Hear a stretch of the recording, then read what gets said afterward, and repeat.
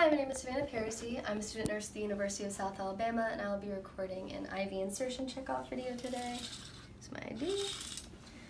So the first thing that I would do is verify hospital policy and the hospital order and gather my equipment. I would perform hand hygiene, and I would identify my patient using 2 patient identifiers. So I have Jaguar Jones, date of birth 08/25/1963, 08/25/1963, MR number 4176352, MR number 4176352, and his allergies are penicillin. I will explain the procedure to my patient and provide as much privacy as possible. Then I'm going to move my trash can to working position, perform hand hygiene, and put on my goggles. Then I'm gonna raise the bed to a working position, lower the side rails, put my patient in a comfortable position, which would be supine or sitting up, and then I would provide as much privacy as I can. Next, using sterile technique, I'm going to unpackage some of my supplies.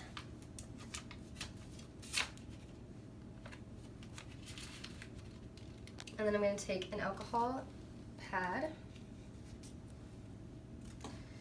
and I'm going to wipe the cap, this way, and using a sterile technique, connect these two.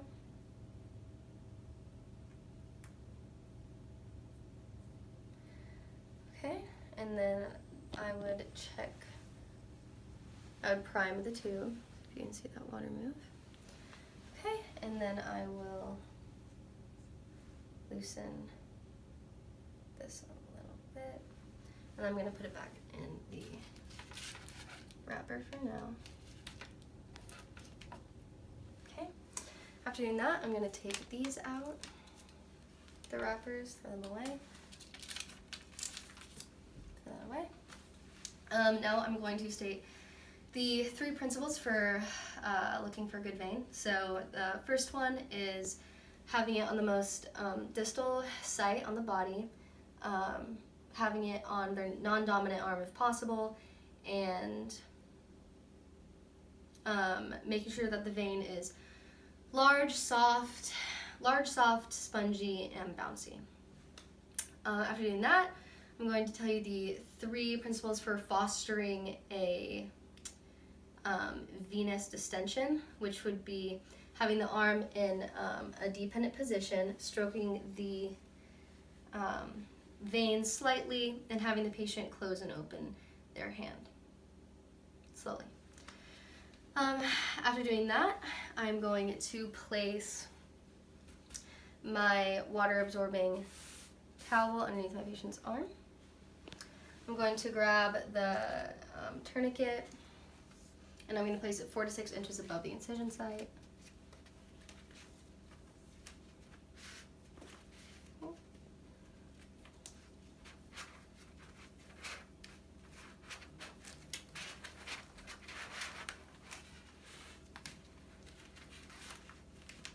Okay.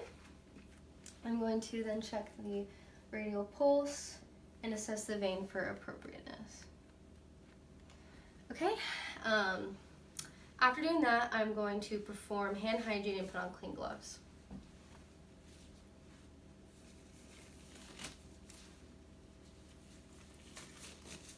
I'm then going to move this closer.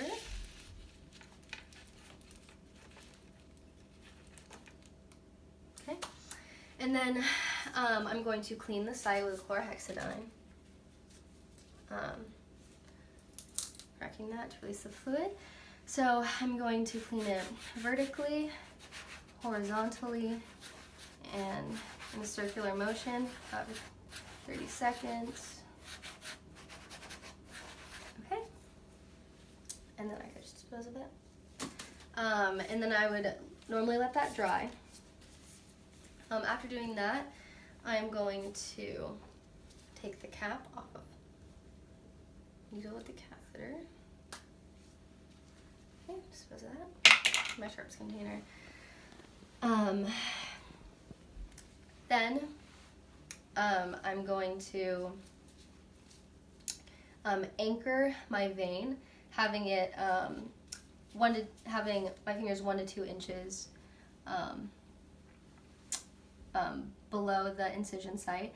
I'm going to put it in at a 10 to 30 degree angle with the bevel side up. Okay. So I'm going to insert it into my patient until I see blood return. As soon as I see blood return, I'm going to advance it 1/4 inch, and then I'm going to move the bevel down without moving the stylet. Okay. Then I'm going to release the tourniquet.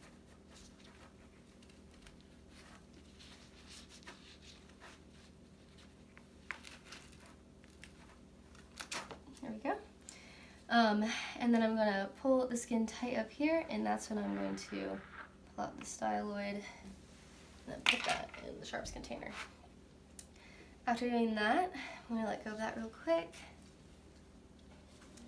I'm going to take the cap off of this, dispose of it, and going on to this, I'm going to screw it on, okay? After I attach it, I'm going to get a piece of tape, and I'm going to tape the bottom of it down.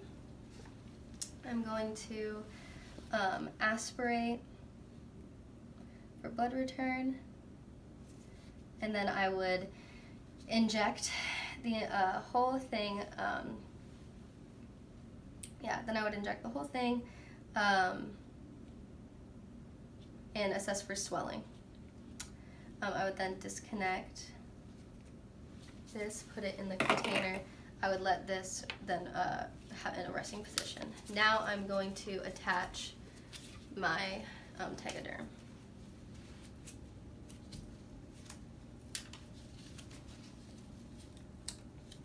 Dispose of that.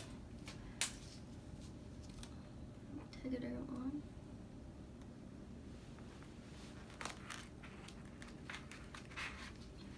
Okay.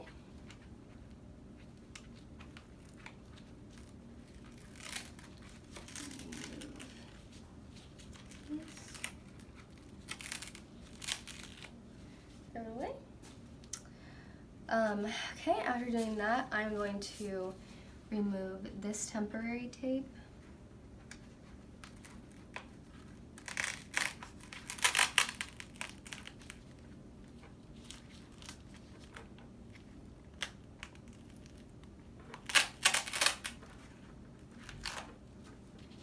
And put away. Stick to my gloves. And then tape it like this.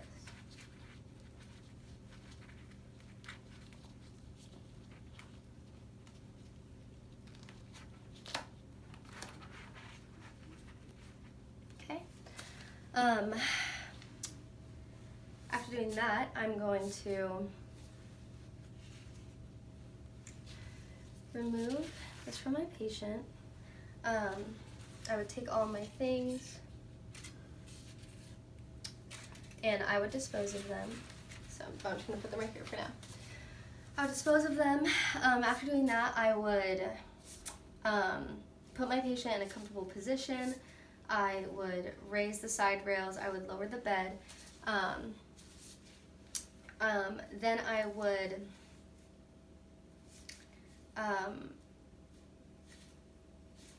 take my gloves off, dispose of those, put on hand hygiene, and then I would make a label with, I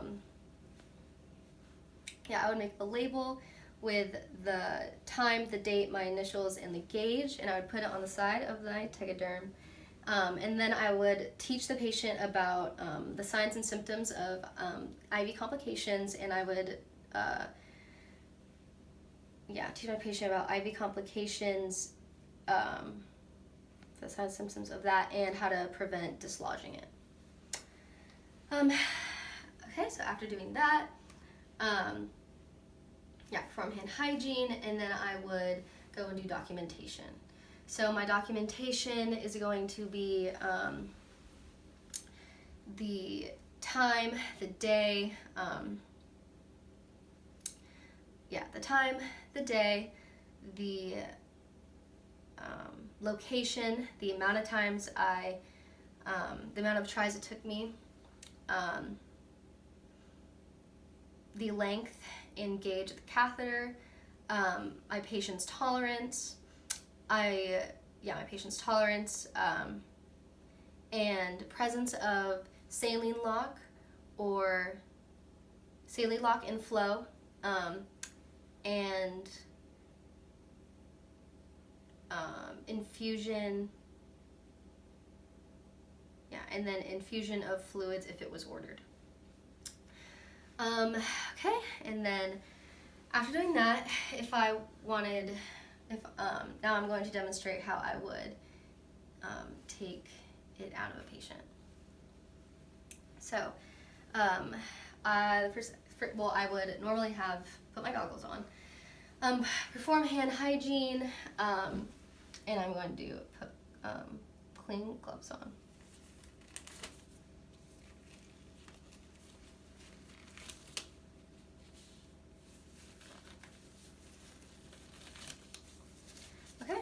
After putting clean gloves on, raise the bed to working position, lower the side rail, explain to my patient the procedure.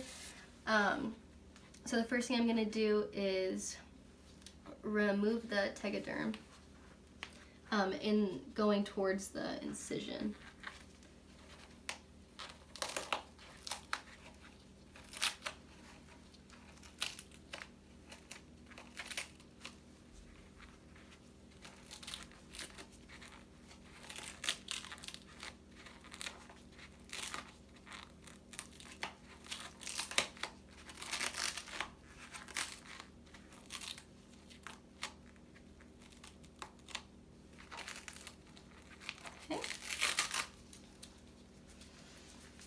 Throw that away.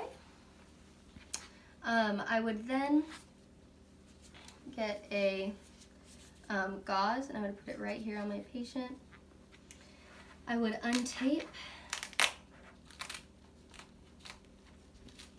the tubing.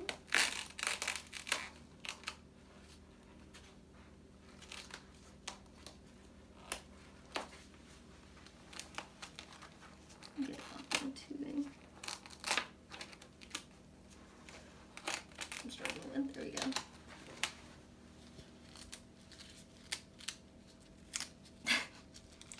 Okay.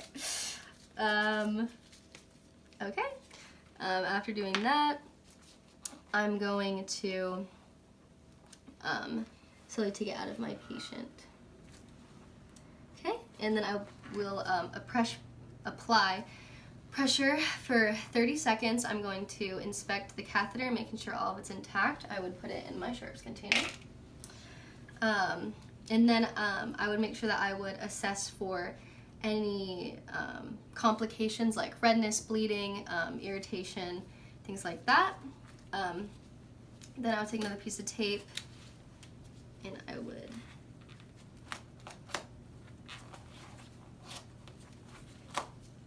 tape it down.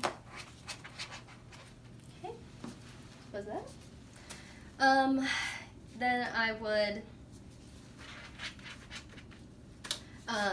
reposition my patient, heighten the bed rails, lower the bed. I would throw in my gloves, perform hand hygiene, and do documentation.